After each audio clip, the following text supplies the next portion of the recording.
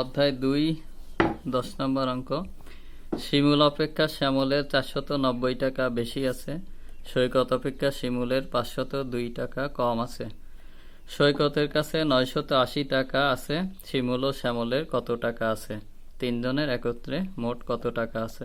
এখানে দেওয়া আছে হচ্ছে সৈকতের টাকা 980 টাকা, আর বের করতে হবে শিমুল ও শ্যামলের কাছে কত টাকা আছে এবং তিনজনের মোট বা একত্রে কত টাকা আছে। তো প্রথমে দেওয়া আছে সৈকতের টাকা 980 টাকা, আর সেখান থেকে সৈকতের সাথে মিল আছে হচ্ছে শিমুলের।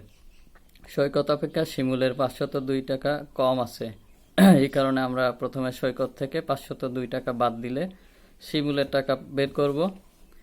এরপরে শিমুলের টাকা বের করার পরে শিমুলের সাথে শিমুল অপেক্ষা শ্যামলের 490 টাকা বেশি আছে, শিমুলের টাকা থেকে 490 টাকা যোগ করব, তাহলে শ্যামলের টাকা বের হবে। এবার সৈকত, শিমুল ও শ্যামলের তিনজনের একত্রে মোট টাকা কত সেটা যোগ করলেই অঙ্কের সমাধান হবে। ওকে, আচ্ছা এখন সমাধান দেখি।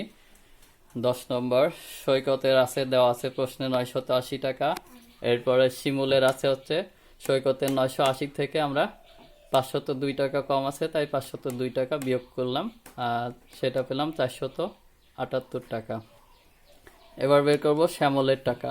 শ্যামলের টাকা আছে হচ্ছে শিমুলের যে পেলাম 478, সেই টাকার থেকে 490 টাকা বেশি, এই জন্য 490 টাকা যোগ করলাম, এরপর পেলাম 968 টাকা। এখন আমরা শিমুলেরও পেয়ে গেলাম 478 টাকা, শ্যামলেরও 968 টাকা।